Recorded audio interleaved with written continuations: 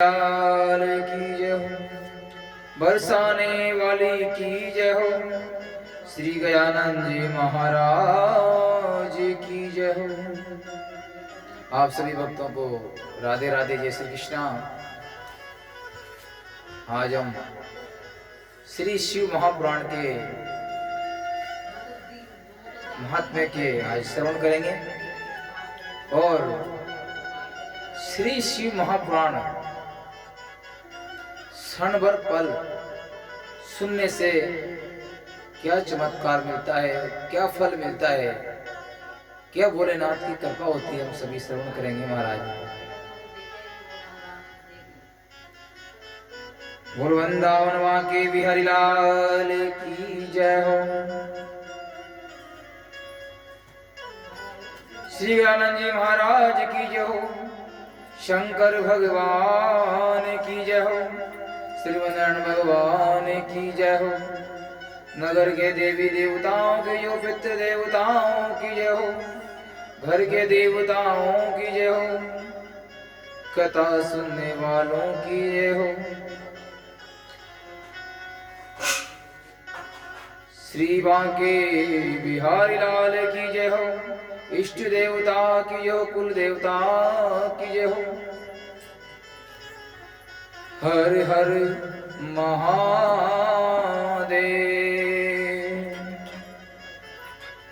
जय जय श्री राधे, जय श्री कृष्णा। तो महाराज शिव महापुराण सबसे पहले भगवान शंकर ने, भोलेनाथ ने इसको गाया और फिर भगवान शंकर भोलेनाथ ने इस शिव महापुराण को ब्रह्मा जी को दिया और ब्रह्मा जी ने सभी देवताओं को श्रवण कराकर इसको चराचर जगत में भेजा और आज तक ये शिव महापुराण गायन का हो रहा है। और ये 18 पुराण भगवान शंकर भगवान ने व्यास जी महाराज को दिया। तो मंगलाचरण करेंगे। अखंड मंडलाकार व्याप्त येन चराचरम, तत्पदम दर्शित येन तस्मै श्री गुरुवे नमः। वक्रतुंड महाकाय सूर्यकोटि समप्रभ, निर्विघ्नं कुरु मे देव सर्वकार्येषु सर्वदा। भवानी शंकरो वंदे सदा विश्वास रूपिणो, या भाविनाच पश्यन्ति सिद्धा स्वान्तस्थमीश्वरम्।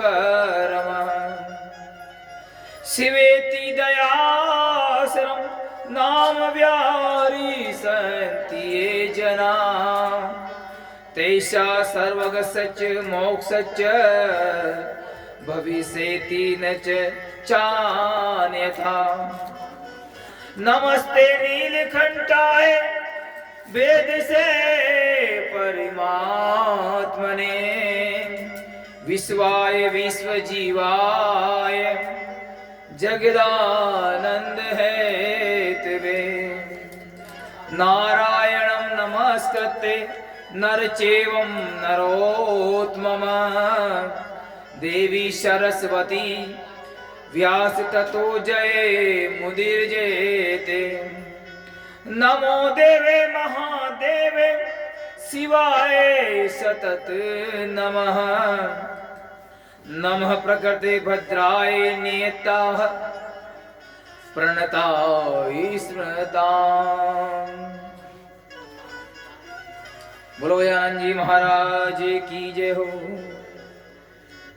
मेरी शबा में रंग बरसाओ बरसाओ, आओ जी गजानंद आओ।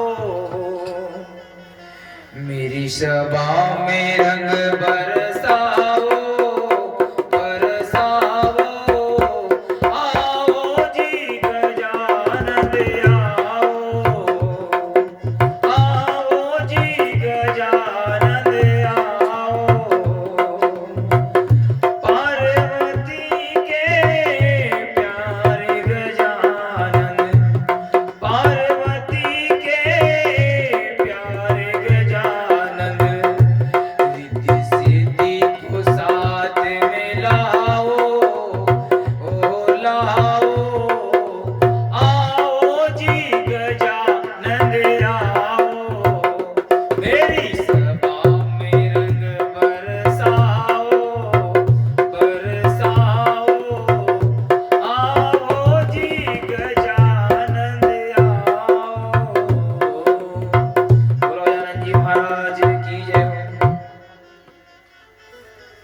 बोलो शंकर भगवान की जय।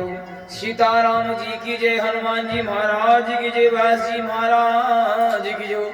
गुरुदेव भगवान की जय। श्री शिव महापुराण की जय। सनातन धर्म की जय। इष्ट देवता की जय। स्थान देवता की जय। कुल देवता की जय। नगर बस्ती के देवता की जय। सब संतन की जय। सब भक्तन की जय हो। जय जय जय श्री गिरिजा रमण। जय जय भूत किशोर। जय भगतन सर्वस्व प्रभु। जय जय गणपति चित चोर। आए हम शिव महापुराण के महात्म्य में आगे बढ़ते हैं कथा की ओर और दर्शन करते हैं। तो श्री सूत जी महाराज कहने लगे, हे मुनि श्रेष्ठों, आपकी बुद्धि श्रेष्ठ है, आपने बहुत अच्छा प्रसन्न किया है और आप इसको श्रवण करें। शिव महापुराण ऐसा पुराण है जो कलयुग में इस मनुष्य को जीवन में तारने वाला है।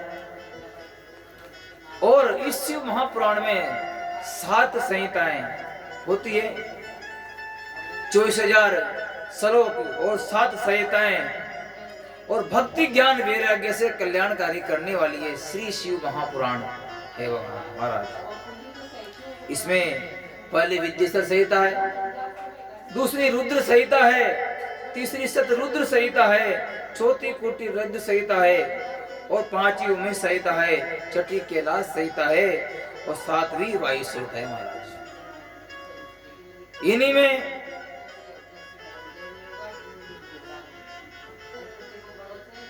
में अपना सती खंड, पार्वती खंड, कुमार खंड और युद्ध खंड का भी वर्णन आता है महाराज। सती खंड में माता सती का चरित्र को दर्शाया गया है, वर्णन किया है।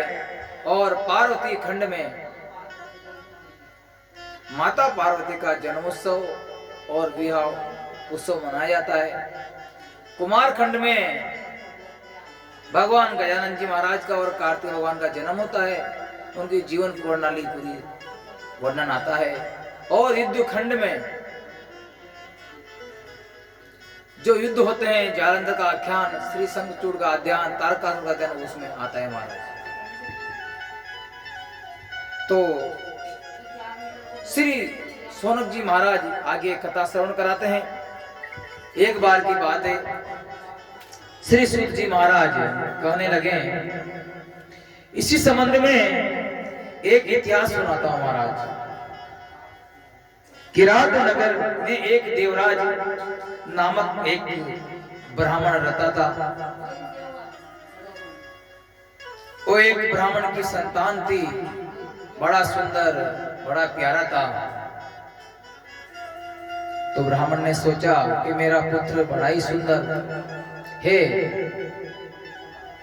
इसके पूरे कर्म विचार भी अच्छे होंगे। ब्राह्मण बड़ा ही भक्ति और पूजा पाठ करने वाला था महाराज। तो देवराज नामक ब्राह्मण जो था, उसके विचार सही नहीं थे। वो संदेहहीन होते ही मांस, मदिरा और बड़े से बड़े पाप करता, विश्वास जनों को ठगता, ब्राह्मण वैसे शूद्र जनों के को मारकर खाता, ये उसके कार्य थे महाराज। एक देखत डागे इसने आतु महेश्वर, वेश्या शोभावती नाम दष्टवा ततरा विधि विहल। एक शोभावती नामक एक वेश्या थी, वो उसके साथ रमण करता था महाराज। एक समय तालाब में स्नान करते समय जब ब्राह्मण शोभावती नाम की वेश्या के रूप में मोहित हो गया और उसके साथ रमण करने लगा महाराज। माता पिता पत्नी के बार बार समझाने पर भी उसने वेश्या का त्याग नहीं किया। एक दिन रात में माता पिता और पत्नी को मारकर सारा धन लाकर वेश्या को दे दिया। वेश्या बड़ी प्रसन्न हुई, धन से बक्सा बक्स भरण कर पोषण मदिरा पान करता, रात दिन भक्षण करता, वेश्याओं में गमन रहता। और जब उसका पूरा धन खत्म हो गया महाराज, तो वेश्या ने भी उसको मार कर भगा दिया। अब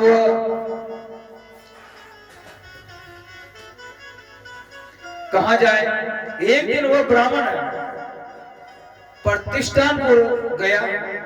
वहां एक शिवालय में संत के मुखारविंद से शिव कथा श्रवण की।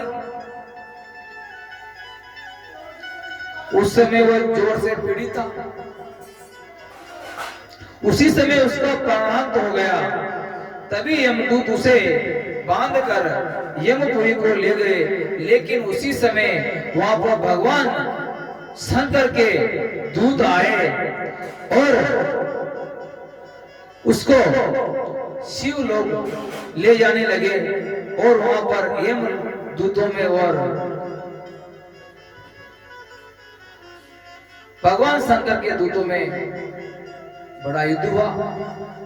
तो भगवान शंकर के दूतों ने कहा कि हम भगवान शंकर के धाम से आए हैं और शंकर भगवान का जो भगत क्षण भर भी भगवान शंकर की कथा सुन ले, या हो मंदिर में दिया जलाए, या उसके गले में रुद्राक्ष हो, त्रिपुंड लगा हो, वो भगवान शंकर का भक्त कभी भी यमपुरी को नहीं जाता है महाराज। यहाँ इस ब्राह्मण ने कुछ समय के लिए कुछ ब्राह्मण शिव मंदिर में पूजा प्रतिष्ठा कर रहे थे। वो ब्राह्मण बड़ा ही बुखार से जोर से प्रताड़ित था, दुखी था। फिर उसने कुछ समय के लिए भगवान शंकर की कथा सुनी और उसी का वहां पर प्राण त्याग दिए मंदिर में ही। तो उसे भगवान शंकर का धाम मिला। कथा का तात्पर्य महाराज कि भगवान शंकर की पूजा, भगवान शंकर की कथा क्षण भर सुनने मात्र से ही इस जीव को भगवान शंकर का धाम मिलता है महाराज। यही भगवान शंकर की महिमा, यही शिव महापुराण का ज्ञान, ये शंकर भगवान का चमत्कार, यह भगवान शंकर के भक्तों पर कृपा। तो महाराज राधे राधे बोलना पड़ेगा। और दूसरी जो कथा व्यास जी महाराज ने आगे वो जो श्रवण कराई, वो भी आप बड़े ही ध्यान से सुने, श्रवण करें। सूत जी महाराज कहने लगे, सूत जी महाराज कहने लगे, हे सोनक जी, समुद्र तट के निकट एक वास्तव नाम का गांव था और उस गांव में दुष्ट विषयी, कुटिल, पशु बुद्धि, धर्म से युक्त, खल कर्म करने वाला, कुकर्म करने वाला विषयी लोग निवास करते थे। और उसी गांव में एक महादुर्द बिंदु के नाम का ब्राह्मण भी रहता था। उसकी स्त्री भी ग्राम की अन्य स्त्रियों की तरह बड़ी सुंदर थी। बिंदु अपनी पत्नी का त्याग कर वेश्याओं के साथ गमन करता था महाराज। और बड़ा ही दुराचारी था, बड़ा पापी था, ब्राह्मण था महाराज। तो आगे कथा आती है, सब नर काम लोभ रत क्रोधी, देव विप्र सुति शांत विरोधी, गुण मंदिर सुंदर पति त्यागी, भजई नारी पर पुरुष अभागी। उस ब्राह्मण की पत्नी चंचुला बड़ी सुंदर थी। उस ब्राह्मण ने उसको भी त्याग कर अन्य स्त्रियों के साथ गमन करता, विहार करता। तो उस ब्राह्मण की पत्नी चंचुला भी किसी जार पुरुष के साथ रमण करने लगी महाराज। एक दिन विदुर ने दोनों को देख लिया जार पुरुष के साथ। तो बिंदु चंचुला को बड़ी लात गुस्सों से बड़ा ही वो मारने लगा। तो चंचुला कहती है, भगवान प्रतिदिन काम रमते वेश्या कुधी, मां विहाय स्वपत्नी चयुति पति सेवनम। चंचुला कहने लगी महाराज कि आप भी तो मुझे प्रतिदिन सेवा करने वाली युवती को छोड़कर वेश्याओं के साथ रमण करते हैं। मैं उरुपति काम से व्याकुल पति समागम के बिना कैसे रह सकती हूं महाराज।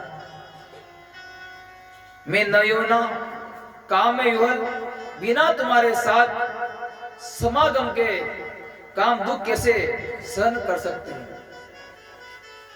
दोनों पति पत्नी वार्तालाप करते हैं। तो बिंदु कहने लगा, मैं तेरे हित की बात करता हूं। बिंदु को अपनी पति से कहता, पत्नी से कहता कि मैं तेरी हित की बात कहता हूं, तो उस जार पुरुष के साथ रमण कर, लेकिन जो धन तुझे मिले वो मुझे दे दिया करना।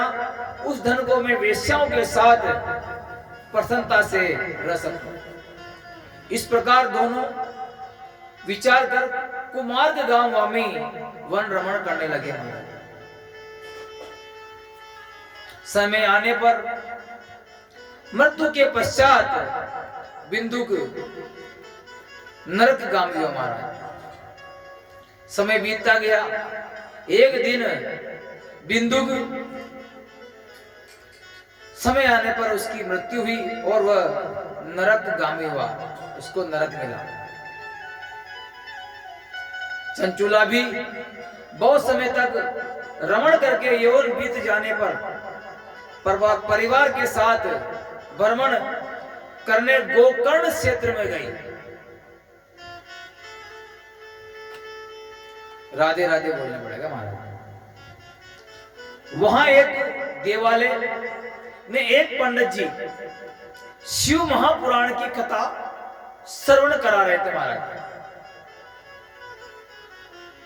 उसमें एक प्रसंग में वर्णन आया कि जो स्त्री जार पुरुष के साथ रमण करती है उसे यमदूत नरक में ले जाकर बड़ी यातनाएं और गरम गरम तेल में डालकर बड़ी यातनाएं देते हैं महाराज। बड़ा ही तड़पाते हैं। इसे सुनकर चंचुला बड़ी दुखी हुई और पंडित जी से कहने लगी, हे महादेव, हे विप्रदेव, हे ब्राह्मण देवता, आपने जो कथा में सुनाया मैं वैसा ही अपराध करती रही हूं। क्षणिक सुख के कारण अब मुझे नरक में जाना पड़ेगा। ऐसा कहकर अपनी सारी आत्मकथा चंचुला ने उस ब्राह्मण देवता को, पंडित जी को बता दी, सुना दी और अपने आप को धिक्कारने लगी कि हे मैंने क्या कर दिया। तो महाराज विप्रदेव ने नरक यातना में कैसे झेलूंगी यमदूत मुझे अनेक यातनाएं देंगे, कृपा करके मेरे उद्धार का कोई उपाय बताइए महाराज। ऐसा कहकर वो पंडित जी के चरणों में गिरकर रोने लगी महाराज। चंचुला की बात को सुनकर पंडित जी कहने लगे, हे द्विज पत्नी, तू भाग्यवश इस समय शिव कथा में आ गई है। शिव कथा समस्त पापों को हरने वाली है, नाश करने वाली है महाराज। फिर तूने अपने मन में पापों का प्रायश्चित भी कर लिया है।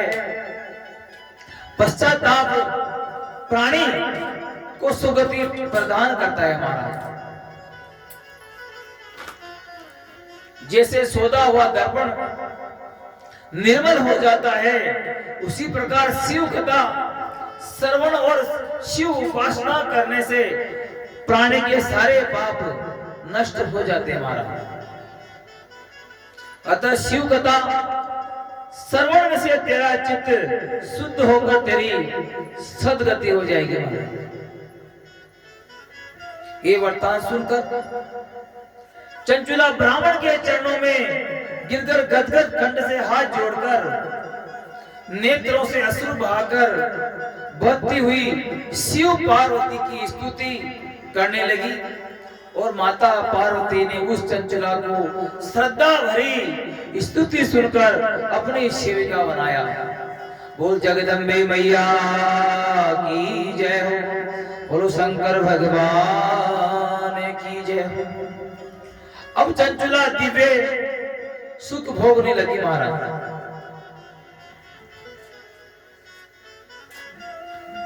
सोनक जी महाराज कहने लगे,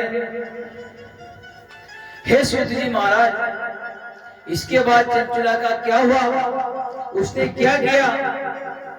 तो सूत जी महाराज कहने लगे, एक दिन चंचुला उमा देवी के साथ बैठी थी, माता पार्वती के साथ बैठी थी, तो उससे कहने लगी, हे शंभु प्रिय, हे स्कंद माता, ब्रह्मा विष्णु के से सेवित सर्वगुण और निगुण रूप सृष्टि और लय करने वाली तथा ब्रह्मा और विष्णु महेश की सुप्रतिष्ठा करने वाली आपकी जय जयकार हो, आपकी जय जयकार हो। आप मेरे ऊपर कृपा कीजिए, आप मेरे ऊपर दया कीजिए माँ, मैं आपकी बारंबार वंदना करती हूँ।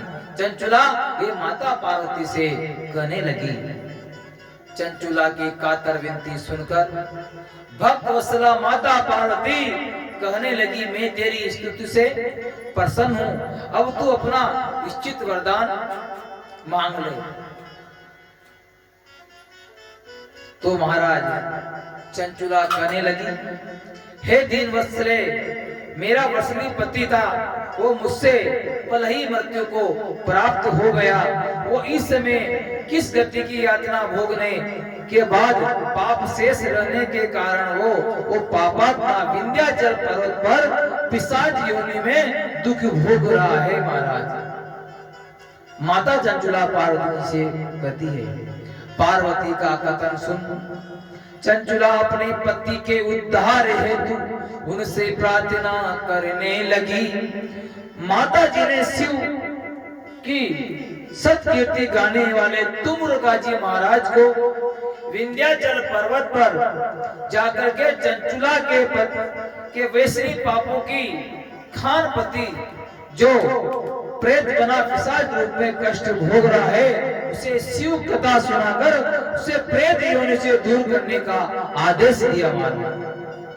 माता पार्वती ने तुमुरगा जी महाराज को विंध्याचल पर्वत पर भेजा और उस पिशाच बिंदु को शिव कथा सुनाई और उसको प्रेत योनि से दूर करने का आदेश दिया। तो तुमुरगा जी वहां जाकर उस प्रेत को शिव महापुराण का महात्म्य, सातों संहिताओं का वर्णन 24,000 श्लोकों के साथ श्रवण कराया, जिससे वो प्रेत पिशाच भाव को त्याग कर दिव्य शरीर धारण कर अपनी कांता के सहित पार्वती के पति के गुण गाने लगा और बिंदु दिव्य आत्मा होकर विमान पर बैठकर शंकर जी के गुण गाता हुआ कैलाश पर्वत पर चलाया महाराज। और शंकर भगवान ने उनको अपना गण बनाया। यह शिव कहता का महात्म्य, ये शिव महापुराण का महात्म्य, यह शिव महापुराण का ज्ञान दर्शन, यह चमत्कार शिव महापुराण का। जाने अनजाने ने भी आपने क्षण भर भी शिव महापुराण का श्रवण किया तो आपके जाने कितने हजारों गुना पाप तो ऐसे ही नाश हो जाता है महाराज। बोलो शंकर भगवान की जय हो, श्री राधा रानी सरकार की जय हो।